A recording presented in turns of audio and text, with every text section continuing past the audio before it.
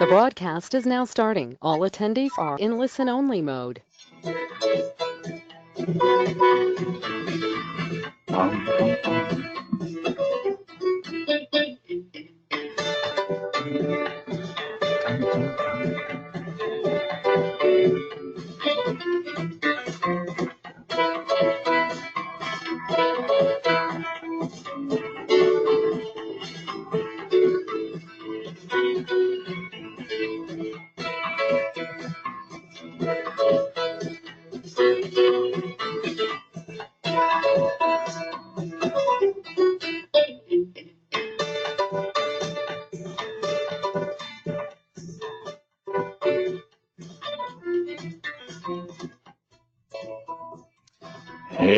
Hey, it's a beautiful day. Good morning, good afternoon, good evening, wherever you are in the world. My name is Scott Hayes. I'm the host and curator of the DataView show, a lifetime IBM champion and an IBM Db2 Gold consultant. This is episode 9. We're calling it Marketing Challenges and Puzzles. And today we have a super special guest with us. His name is Buell Duncan. He's the Vice President of IBM Marketing. Buell, how are you today? Hey, I'm doing great, Scott. A pleasure to be with you. That's good. It's super wonderful to have you, and very excited to hear about what you have to say today. And we're going to ask you some fun and hard questions too.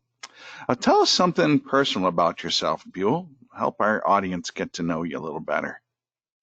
Well, I tell you why I'm excited to be here is not only am I speaking to you a lifetime, and I love your title. I'd like to get that title one day, lifetime IBM champion and gold consultant. Most importantly, I'm happy to be here because we get to talk with the users who make our business our business. And I've been at IBM for this summer will be 45 years. I started as a young sales trainee in Nashville, Tennessee back in the late 70s. And it's an amazing place with amazing people in an industry that is just really fun to be part of. Do you have any hobbies? My hobbies are, I probably, my wife would argue that I work too much because I love the work, but my favorite hobbies are just being out on the water and also playing golf. So you're a golfer and you love the water. I have a power boat. Are you a sailor or a power boat guy or a canoe? I tell you, I grew up in Florida. I'm originally from Orlando. I lived in South Florida for a long time, and I love sailing. But anything I can do to get just near the water. I live outside of New York now, a little colder, but lots to do up in this neck of the woods. All right, very good. So we'll get moving right along here. This is the required gibberish. The opinions expressed are that of Scott Hayes and the show guests and do not necessarily reflect that of IBM Corporation or the IBM community. Db2 is a registered trademark of IBM, which is also a registered trademark of IBM. We make no claims to any marks belonging to anyone. Nope, nada. This event is being recorded and replays will be publicly available. Mind your manners. And that's the gibberish. What's ahead? Well, we got a few news bits for you as usual. We're going to get Buell talking about marketing things. I might have a polling question or two for the audience, and then we'll do thank yous like we always do. Some upcoming shows that you should know about. 13th of February, Jason Tavaloris, IBM. He's talking about AI in BI, augmented intelligence built into IBM Cognos Analytics. I'm kind of a fan of Cognos because one of its data sources can be DB2. And I've seen some cool demos recently, and you're not going to want to miss that show if you can be there. It's kind of like our Valentine's show. So let's show some love for Cognos. On the 20th of February, Simon Lightstone, Cloud, Get Started, Make Your Business Agile. And he's going to show us how to build a chat bot in 15 minutes. That sounds like fun. On the 5th of March, security is important, and so we've got a show on security, protecting sensitive data with Guardium. And this is going to be presented by Tim Tate, who is an IBM customer. So it's not going to be your IBM developer kind of guy saying Guardium does this, blah, blah, blah. No, we're actually going to hear from a customer and how they use Guardium and their best practices and experiences. That'll be great. And not on the show homepage yet, but very soon on the 19th of March, we're going to have a Think show, thinking about the Think Conference coming up. And there's also going to be news about a new data science hackathon. So save that date on your calendars. I've got my favorite URLs for people to visit.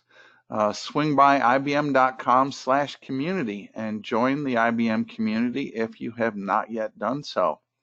You'll find a lot of helpful information there, and you can make new friends, discuss IBM products and solutions. There's a cool tool that is free. Free is a great price. It's the Db2 Augmented Data Explorer. It puts a graphical user interface on top of Db2 so you can find out things about your data that you didn't know, and there's some AI built into that as well. The Db2 samples are now on GitHub. You can check out the new Db2 console, the successor product to DSM, by going to ibm.biz/Db2 console. There's a free book on using Db2 with JSON. Get it here.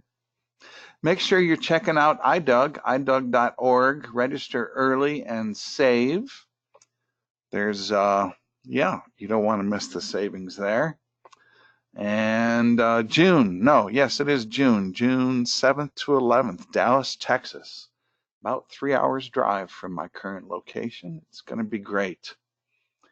And last URL for you today is ibm.com/Watson/Studio/Auto AI. I saw a demonstration of this last fall, and it's super cool. You feed it some Excel spreadsheet data, and it tells you stuff about your data that you didn't even know. And I'm sure it can do more than that, but that's the demo I saw, and I just tell everybody about it because it was really cool. Here's my thoughts on marketing, and Buell doesn't know that I have this slide on marketing. I'm going to tell everybody that marketing is very important. It's a big deal. It's an action or activity intended to raise awareness of a product or service. Marketing evokes emotions which may influence our actions, opinions, or feelings in positive or negative ways. I've read a lot of books on marketing. Sometimes we use fear to stimulate people to take action. Sometimes we do things that cause people to feel feelings of love, which makes us want to do things. We are surrounded by marketing daily. That's no surprise to anyone. And whether we realize it or not, we are frequently marketing ourselves and our actions, which contribute to our reputations. So you might not think of yourself as your personal marketer, but you actually are marketing yourself in how you conduct yourself and how you build your reputation. Scott's thoughts on marketing. And with that behind us, it's my real pleasure to get Buell on as our presenter.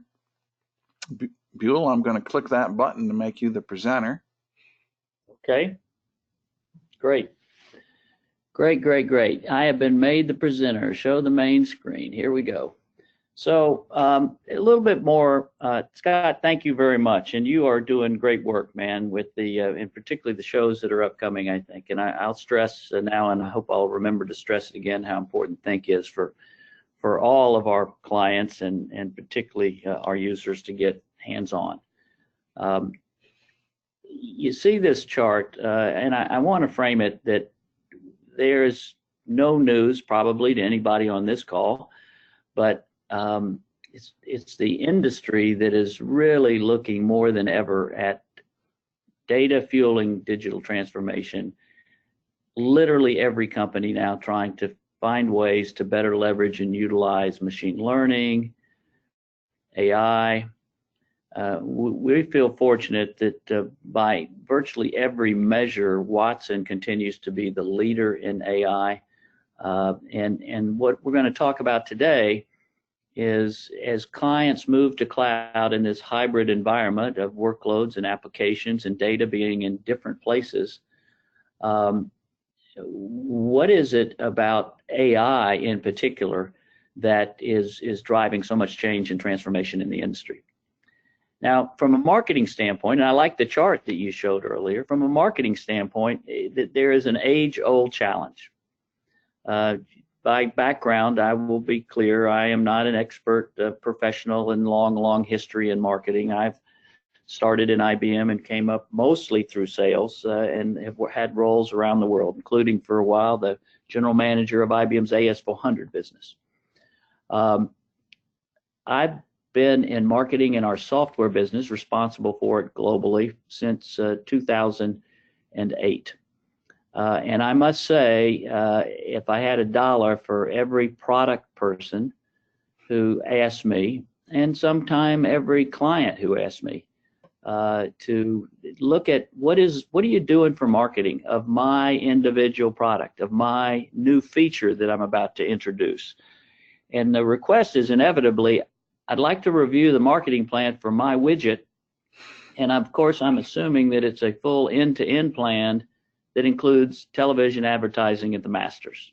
Right. Well, obviously the challenge is, with literally thousands of products, you're going to get a fragmented message that is going to make, certainly the product owner, the offering manager, or the leader of that business feel good, and the users feel good. But you've got to raise the message up higher.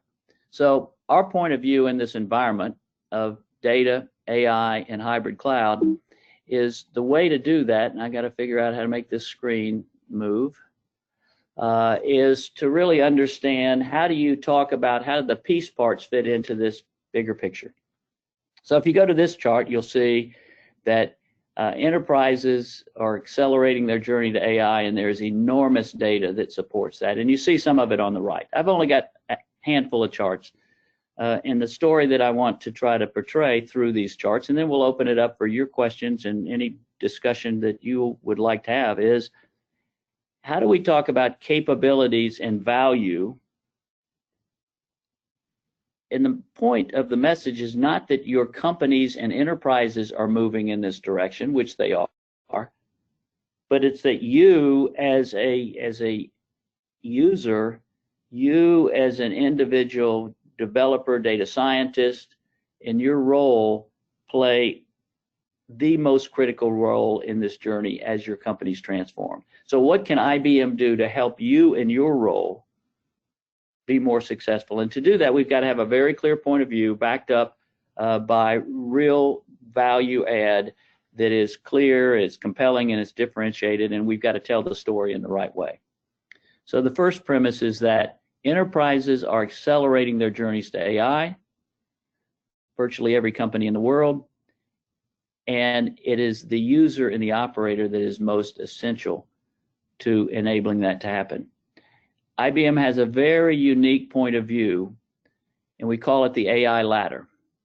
And if you think about the AI ladder, it's really a series of steps that starts, most importantly, with how do I collect and manage the data from different sources and in different forms and formats? How do I organize that data to really create it in terms of governance and cleansing and ready for analysis?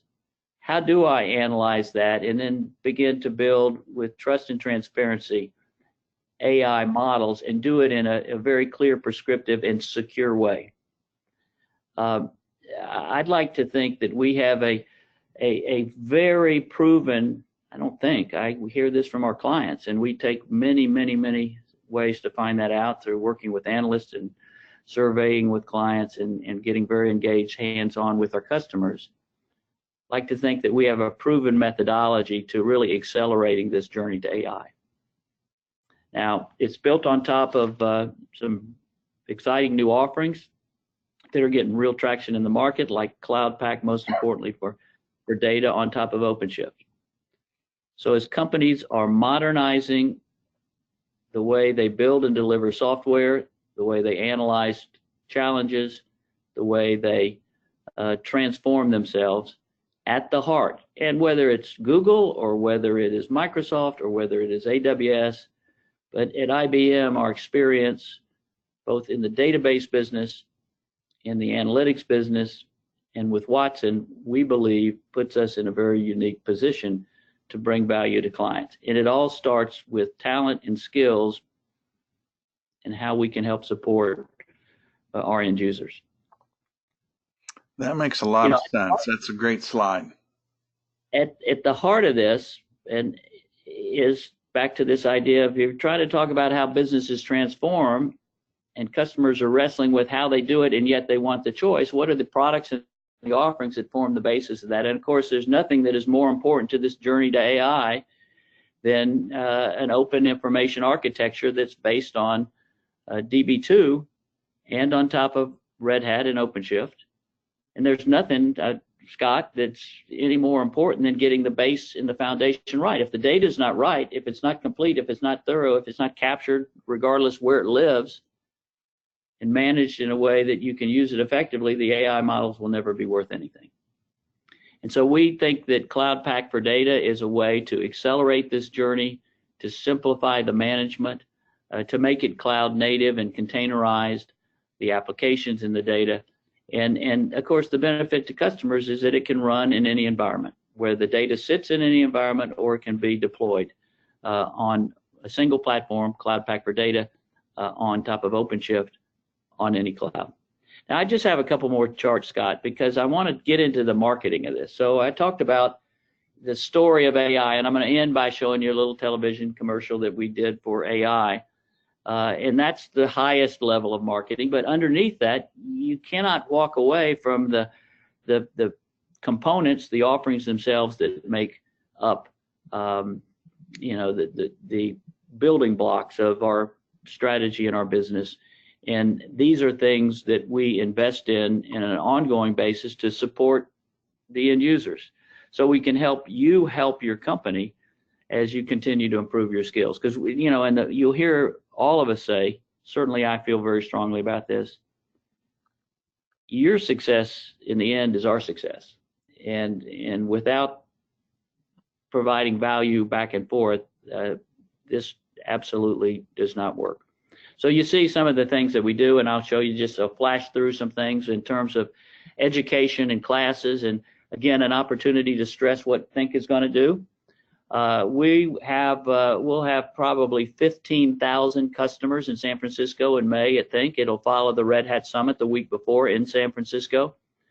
And it's going to be much more technical this year, and we made a conscious decision based on your feedback to make it much more technical in terms of the number of labs, the number of level 300, 400 level classes for certifications that will be provided there.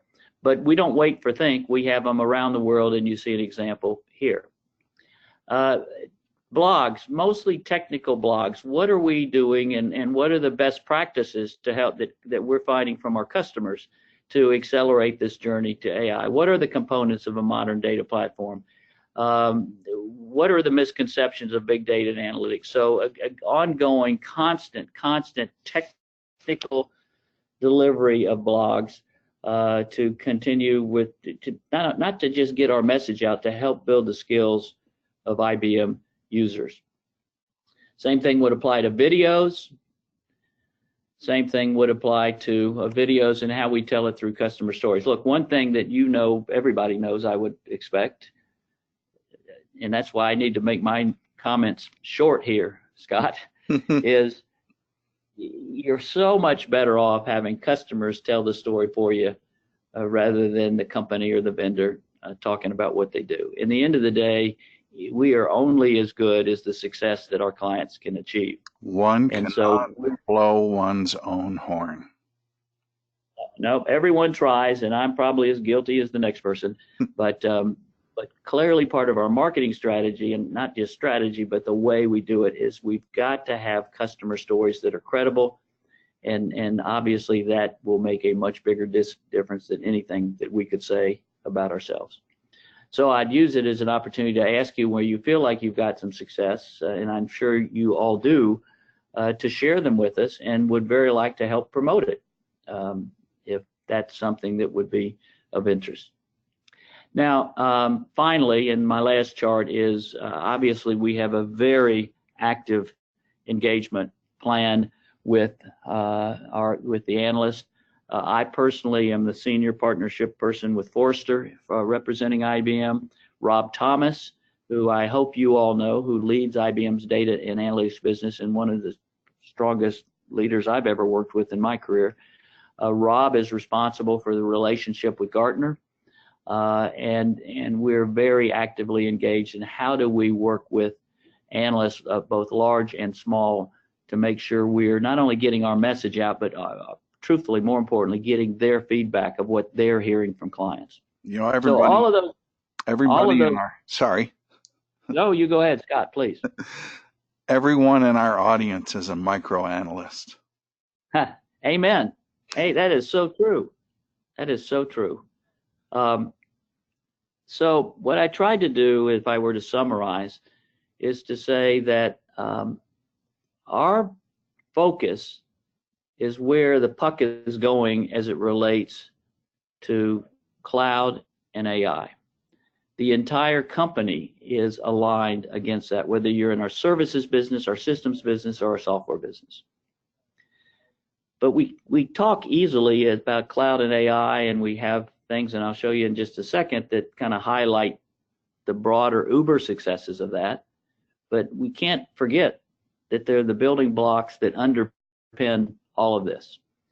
And I've used some examples today about what we're doing and how we're trying to, in the context of helping our clients and end users build their skills, make sure they know what's coming, make sure, most importantly, that we get the input from those customers, from you, from each of you, to make these offerings better as we go on this transformation journey together.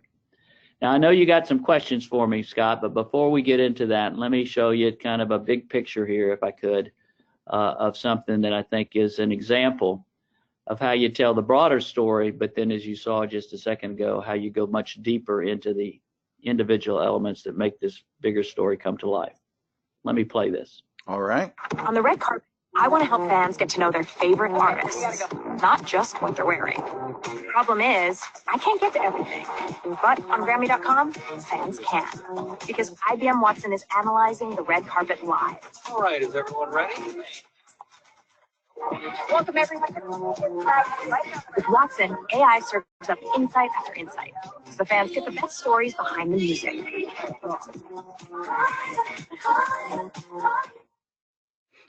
Scott, I'll turn it back to you. If you can take the screen back. Sure. And then go wherever you and your great audience wants to go. Excellent. I'll make myself the presenter, show my screen. There's your handsome face again. Remind everybody in our audience, if you have any questions for Hey, I'm Jim Cannell with the Recording Academy. We're busy setting up for the 62nd Annual Grammy Awards here in Los Angeles. And I'm going to give you an that's a exclusive behind laptop running amok. our work there. Show you how we're using Watson's AI to transform the digital experience of the Grammys. It starts right here on the red carpet, where hundreds of artists and celebrities will share their stories on our live stream at Grammy.com. But before the show even begins, Watson Discovery analyzed more than. Okay, we could go on forever there. Sorry about that. I was patting myself on the shoulder of our technical capabilities here. All right. Yeah, that was fun. I was pretty mature. So let's try it remind again. our audience that if you have any questions for Buell, please use the GoToWebinar question and answer tool there and fire your questions over. And we'll see if we can get Buell to answer those questions for you. I'll remind you that Buell isn't super technical. We're not going to ask him about fix packs for our favorite products. We're going to ask him about bigger picture things. Buell, the first question I have for you is, what is your least favorite food? What is my least favorite food? I think my least favorite food is pimento cheese. Pimento I'd cheese. say that because when I was a little boy, I remember I had more of those sandwiches and I couldn't stand it. And to this day, if you got me near it, I would never, I'd run. I think I'd run. Well, that's a very important answer. And I'll tell you why it's an important answer. Because pimento cheese just became your safe word. If you get asked a question that you're not comfortable answering, you can just say pimento cheese. Deal. Let me ask you this question. What screen are you? Here we go. I'm trying to get my screen showing the right one. I've got mine all messed up. Are you okay on yours just for your audience here? I got a little, or am I sharing my screen still? I'm sharing the screen that introduced you, the Buell Duncan, VP IBM Marketing, with your handsome face. Well, that's half right, and certainly not the part about the face, but I got it. That's good. All right. What else you got for me? Now we need to know, what is your favorite adult beverage? You and I talked about this before. I learned about I'm a person who I confess enjoys ice cold beer and red wine, but if you get me near a margarita, I'll be with salt on the rim. I'll be very happy. Very good. I'm making notes. I hear that you have a lot of seniority at IBM. I think you said some 45 years. So why don't you tell us about your first day? Do you remember it, or is it like a blur like my first job? You know, I do remember it. I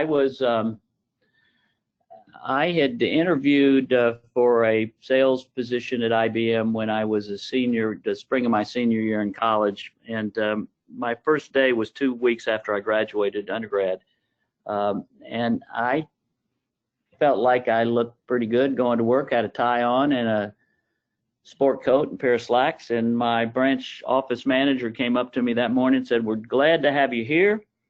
He said, just for the record, now remember this was in the late 1970s, "We're glad to have you here, but remember that our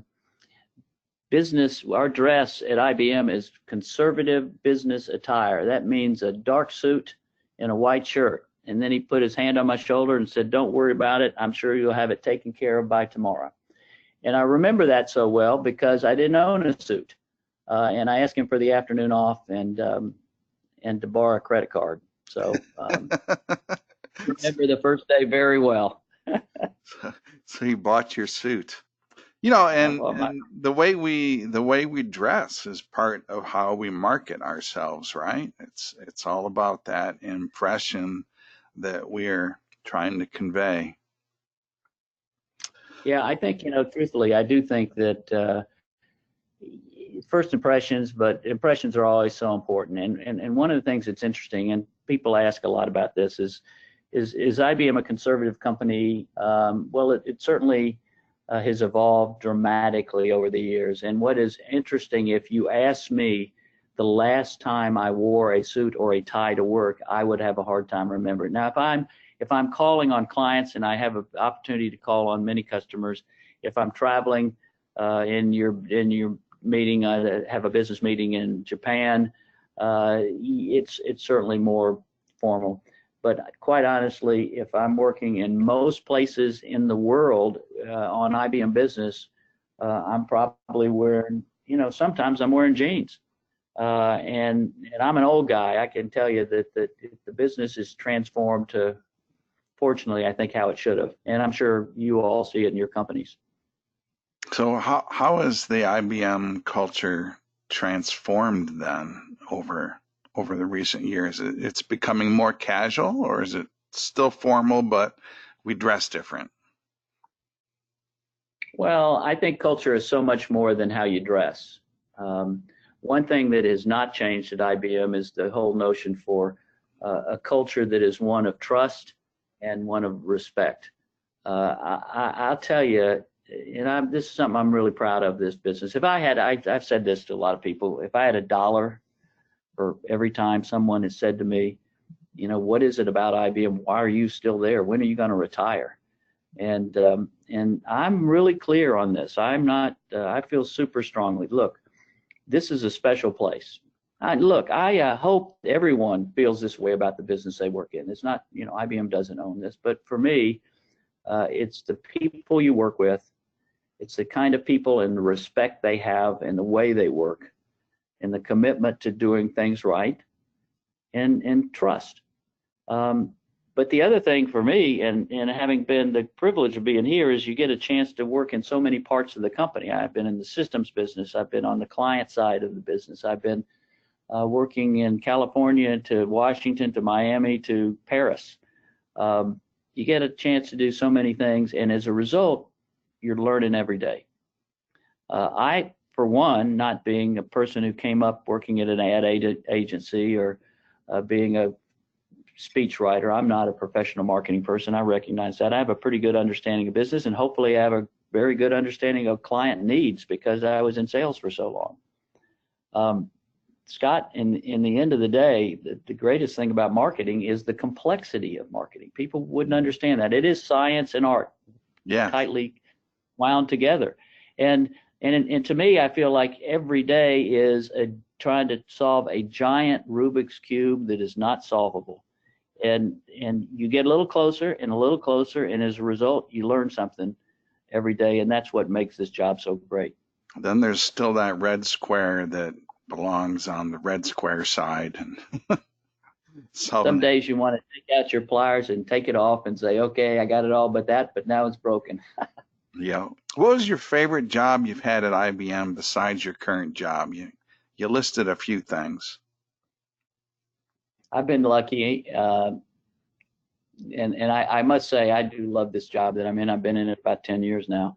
But I also enjoy the more, what's the best is the closer you are to working with clients. And I've been able to do that from a couple of angles. I was responsible for the business partner organization across the company about 20 years ago. We had an organization called ISV and Developer Relations, which was back in the war of Java and .NET, and working closely with ISVs and with developers.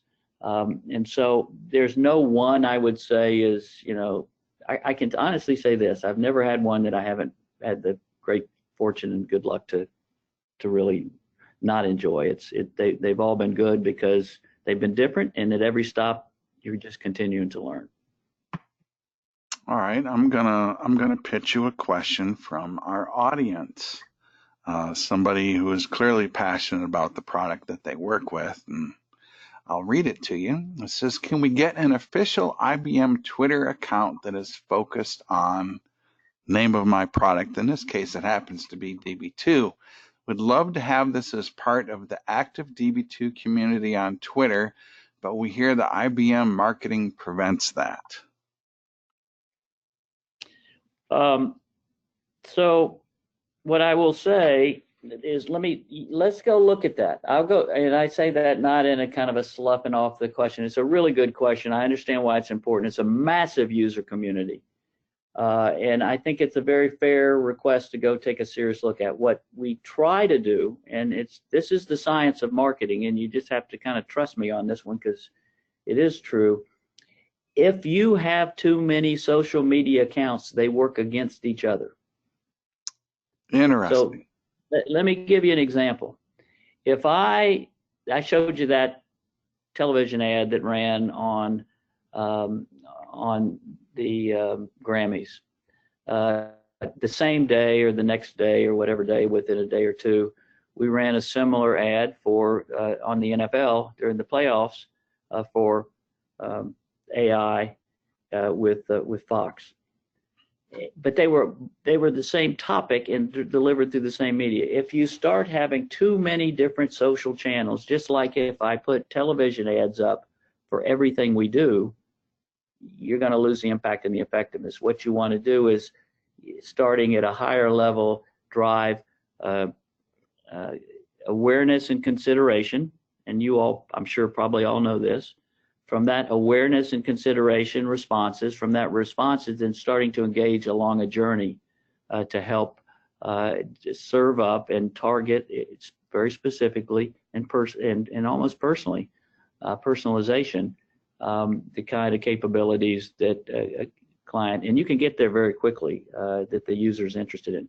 Now, having said all that, I promise you I'll go back and take a look at that. Is that something that we can do, or if not, what's the best way to get this word out? Because one of the things we have invested in that I'm excited about, we stole a guy, and I'll give him a personal plug.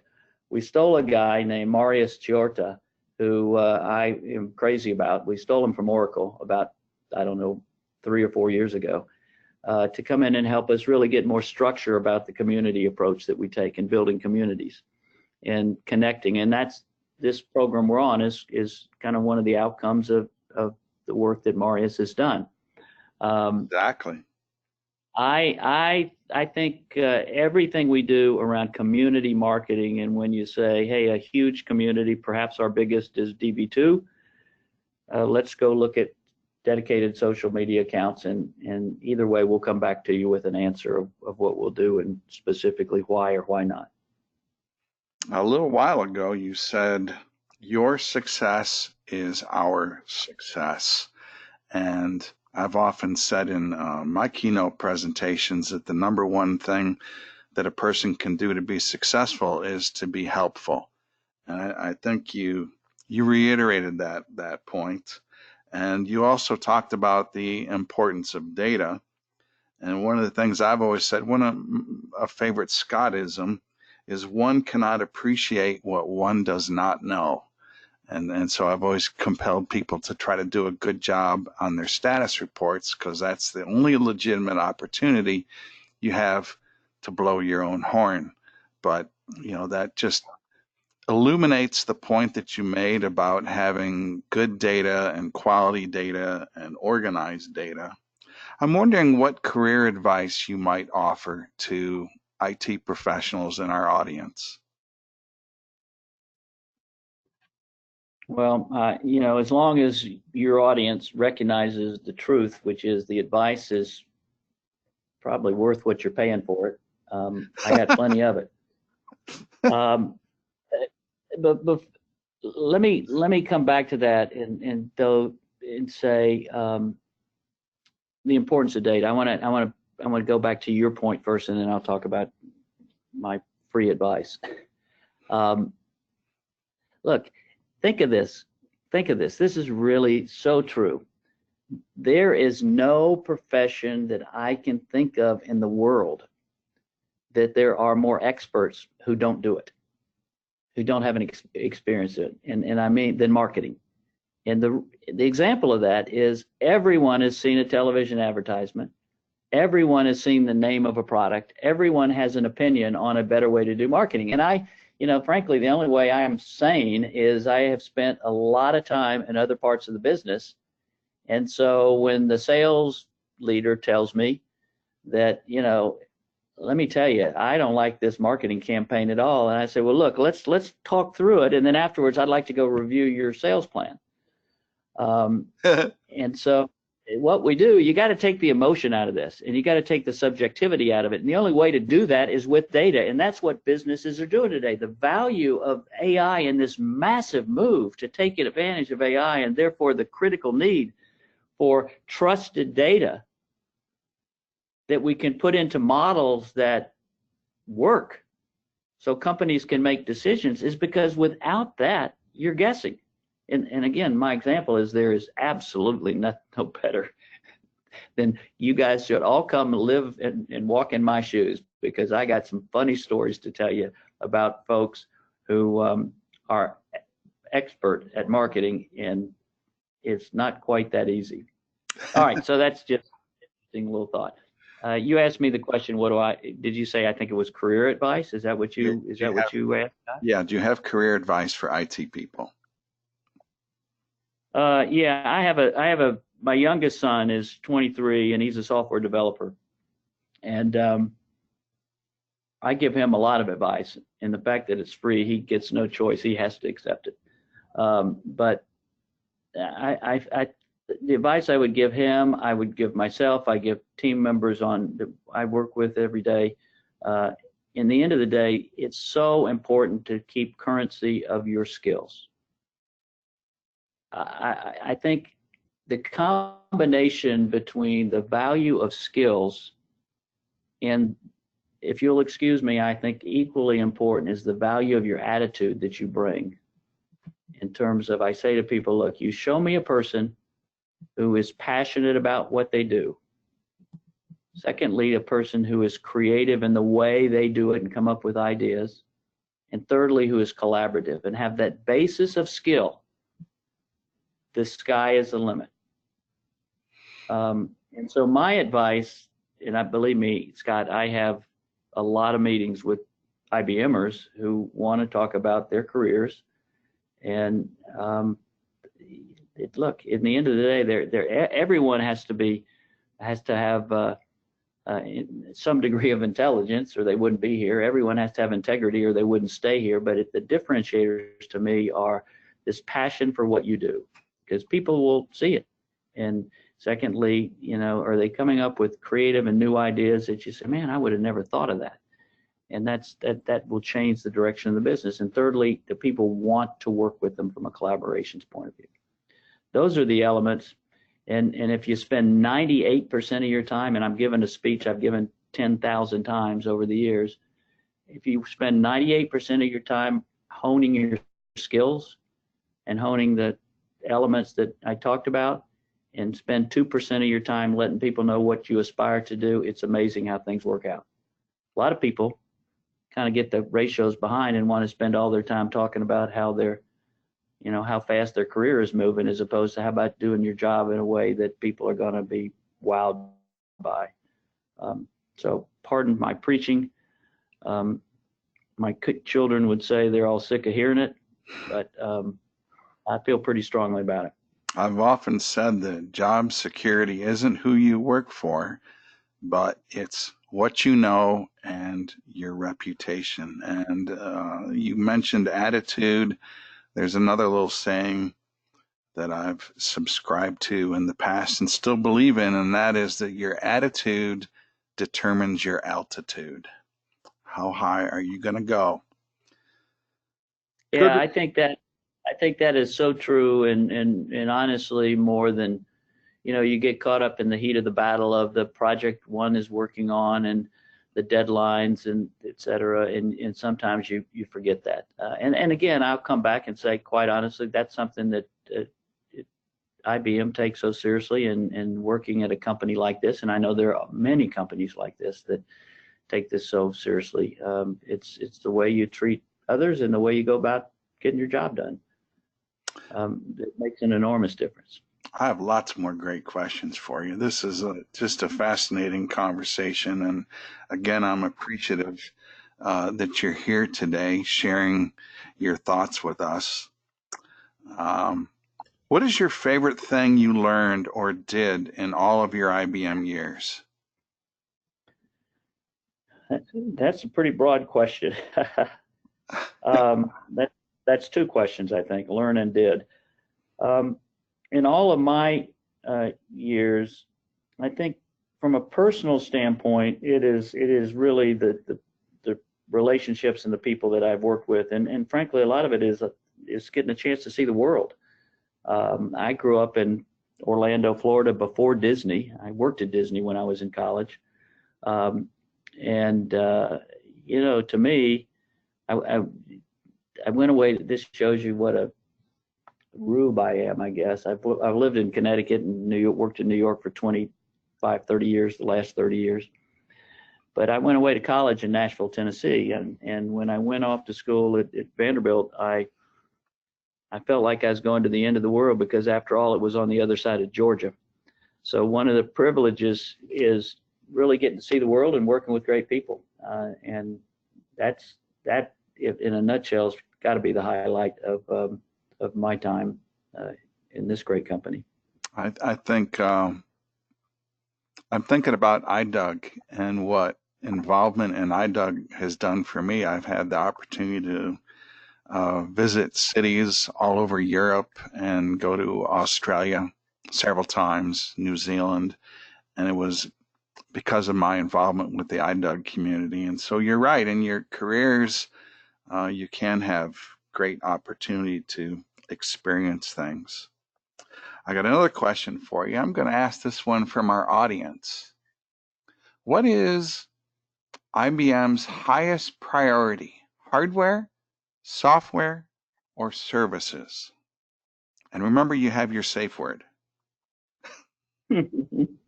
No, I love that question. It's neither. It's none. The highest priority of the company is delivering value to clients. And you will say, well, wait a minute, that's a cop out. I'd expect anyone to say that. But I'm telling you, the world we're in now. Okay, I'll give you some examples.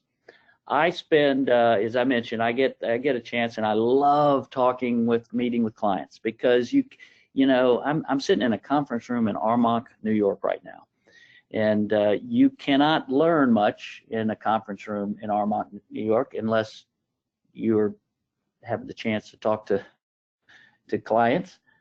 You can't learn much in Armonk, period.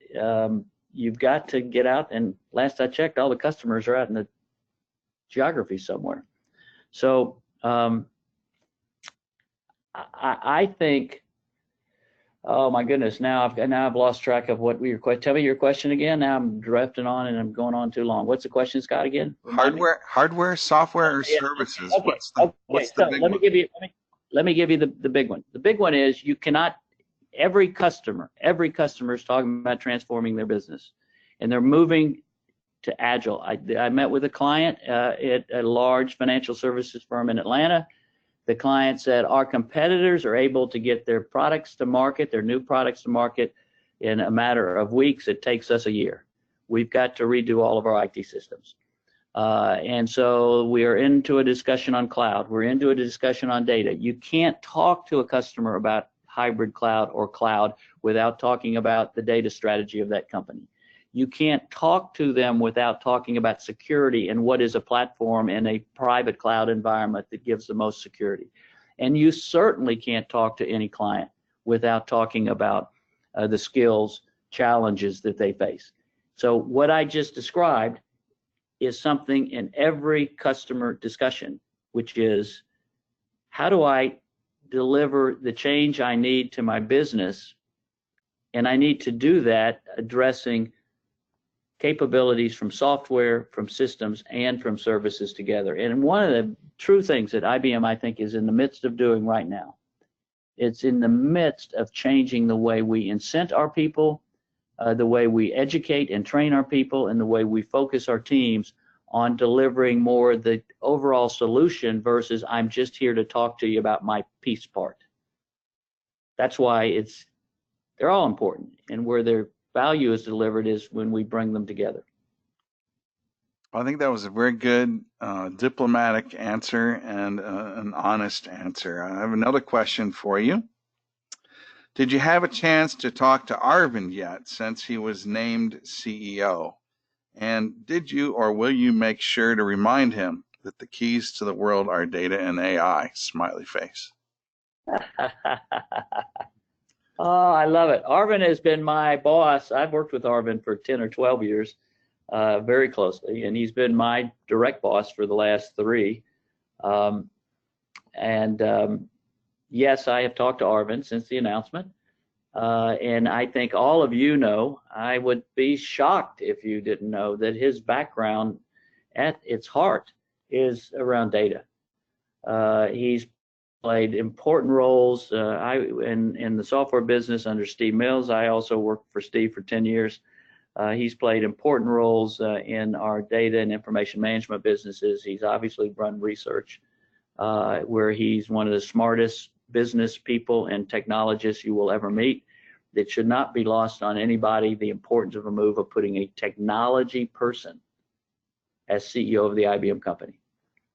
And so you don't have to prompt him to say how important data is, I can promise you, because he's, frankly, what we've been able to do with you is to a large degree as a result of the work he and his team have done.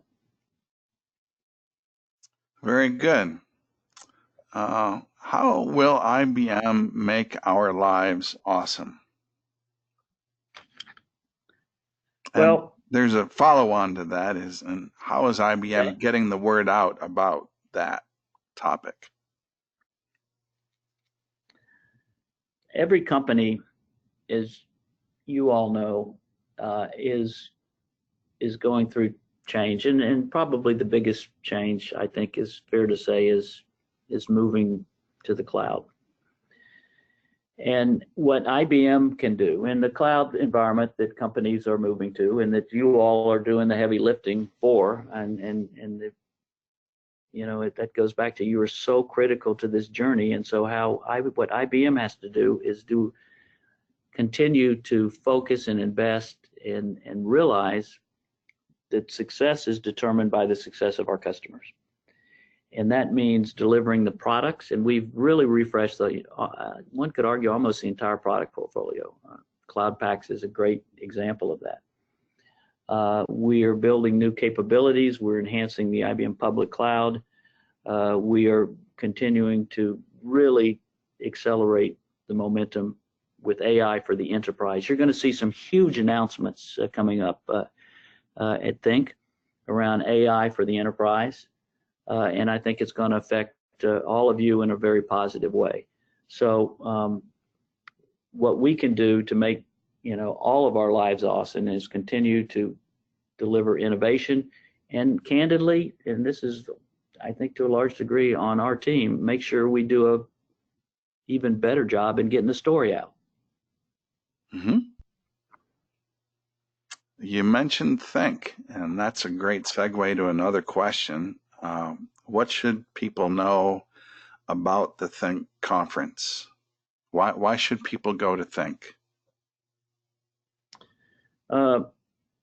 Think is the reason I think it's so important is it's the one time a year where three things happen, and it happens over a period of days in a really nice environment. The first thing is deep focus on skills, education, certifications, and training. And we talked earlier about how important this is, right? To continue to build skills for modern and transformational businesses in IT. The second thing you'll hear at Think is real clarity on the strategy of the company and the things, where are we investing? What are we seeing as important? And you'll hear it from customers. You'll hear it from Arvind, of course, but you'll hear it from customers. Literally hundreds of different clients who will share their experiences. And I think the third thing, after deep technical training, and you will see this one is deeper than ones we've done in the past, which I think is a very good thing. You'll hear much about strategy and direction, and so you'll know where we're going, and you'll know, if you're part of the inner circle, you'll know what future product announcements are coming down the path, and you'll see some massive product announcements at Think, that I will tell you. But maybe the biggest thing is the relationship building and strengths, and that we have a chance to spend multiple days, IBMers and clients, as we host our customers and work together to try to, you know, frankly, build a smarter planet. In a word, networking. In a word, networking. Networking, skills, strategy. Beautiful. Very good answer on that. Thank you. Let me see if the audience has any questions. Oh, one just arrived. Let's see. With a tech smart world, when will we see AI for the consumer? That's from Gerald. Gerald, you must be sitting in some meetings over here, because that's a really important question, and it's one that we wrestle with, right? You know, AI for consumers in a tech smart world is clearly upon us. My son gave me an Alexa for my car, so you know, it's interesting. I mean, we all use Siri. It's interesting. Google Home. It's interesting. But I think the strategy of IBM is to focus on really AI for business. AI for the enterprise. And with that, there are issues around security, there are issues around trust and transparency, and there are needs that are just very much at a different level. Now, the challenge from a marketing point of view, and I would welcome your feedback on this, is, well, you know, everybody interacts every day with products from our competitors. And people interact every day with IBM. They don't realize they're interacting with IBM. I mean, the transactions of the world are really all run by IBM systems in some place or another and touched by IBM software. But the challenge in AI is really, this is a great debate to have, is you know, we have to deliver value at the enterprise level. To do that, there have to be skills and advocates within those companies, and your roles become so vitally important, back to the fact that we do our job, your success then can become our success. Your success becomes our success, and that's why we build communities. Did I mention people should be visiting ibm.com/community? Very good. Another question for you, Buell. People who are visionary leaders like yourself, I wonder what keeps you up at night. What do you worry about? Yeah, well, I worry, are we connecting with clients? And candidly, in this role of being responsible for marketing across our software business on a worldwide basis, I had a great meeting, and this is kind of a confession, so you guys can all act as my priest. I was in Singapore a couple of weeks ago, and I met with a large client, and we had a good discussion, and we were talking about hybrid cloud, and we were talking about AI, and we were talking about, you know, IBM. And the meeting was good, and the customer said, and by the way, I had a similar discussion a couple hours later, the afternoon of the same day, with an analyst, a leading Asia Pacific analyst for Gartner. The message was the same. Boy, what you're saying makes a lot of sense, but we didn't know you did all of that. So what keeps me up at night is the message clear, and is it getting through? And when I say clear, is it differentiated? Is it compelling? And will it cause people, as I say to our team, I say, if you ran into somebody at a cocktail party, would you, and it turns out you're in IBM security business as an example, and this was a CISO for a bank, and, you know, if you had 15 seconds, would you, once you realized you had similar interest, would you say something that might cause that person to call you on Monday and say, let's talk more? So is the message clear? Is it getting through? So that's what keeps me up at night, is to continue to work on both of those things. Well, I haven't asked you any questions yet where you've used your safe word. How much is IBM going to spend on marketing in 2020? Pimento cheese, pimento cheese. All right, I was just testing you, and I think you passed that. As a rule of thumb, I've read in the software industry, it's common to spend about 10% of revenues on marketing, but you pulled out the pimento cheese, so we're not going to go there. If I were answering it, I can answer it as a business leader, and I can say we're spending plenty, maybe too much. I can tell you as a marketing leader, we're not spending nearly enough. I love it. I love it. What is your favorite thing? I already asked you that one. If you could do anything different over the last 40 years at IBM, what would it be? Anything different? What would you do? Yeah, I think, and maybe this applies to all of us, it is one of the things that it's easy to get caught up in is focusing on too many things. And if I would, you know, one of the things we're trying to do, we're really shifting more across the entire company to operating in an agile way. And agile applies not just to software developers, but also to marketing, and how you break down tasks and really accelerate the rate and pace. That's secondary to what is I think the most important challenge, which is just pick your priorities. Don't try to do too many things, but try to do the ones that count, and don't try to make them perfect. Make them, get them 80 to 90% good enough, and move. I think sometimes we are all distracted by trying to do too many things, and then you look back and say, boy, we missed some opportunities.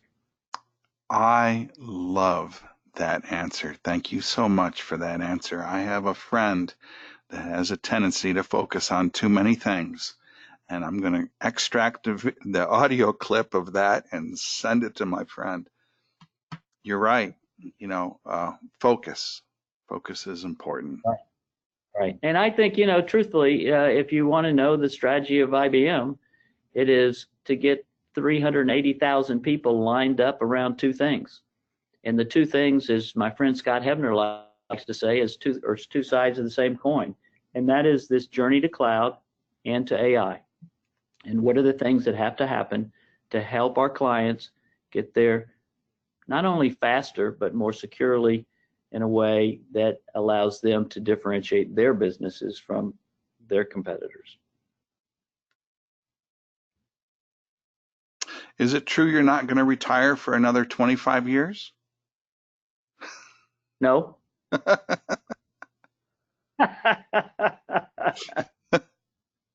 Oh, so there is some sailboat time in your horizon.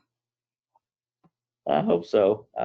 But I have to tell you, and I don't know if this comes through or not, I want to thank you for letting me participate in this call. It's been a real privilege. I hope you can tell I really do enjoy what I do, and more than anything, I love to hear from and talk to our clients, because again, it goes back to learning. And if you continue to learn, then there's really nothing better in life. Who's going to retire first, you or Tom Brady?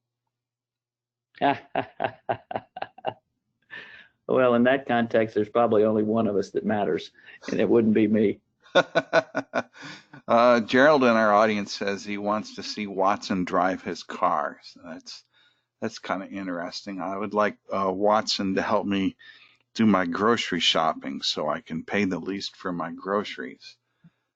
Watson technology is embedded deeply in the auto industry. Things we're doing with BMW as an example of voice is a really powerful use case and value statement. And it goes back to the point, Scott, that you asked earlier, or that was asked earlier about, are we going to become a consumer business?